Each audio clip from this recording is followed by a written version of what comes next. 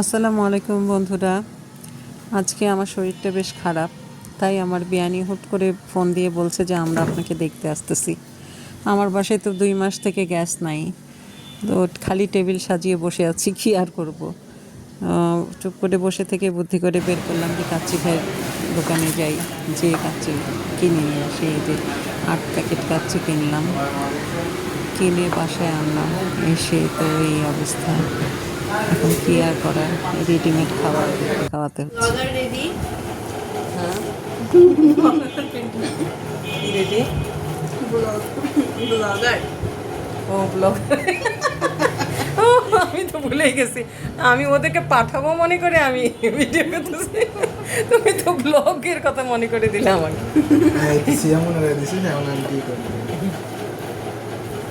Video করতেছে তো অনই করান।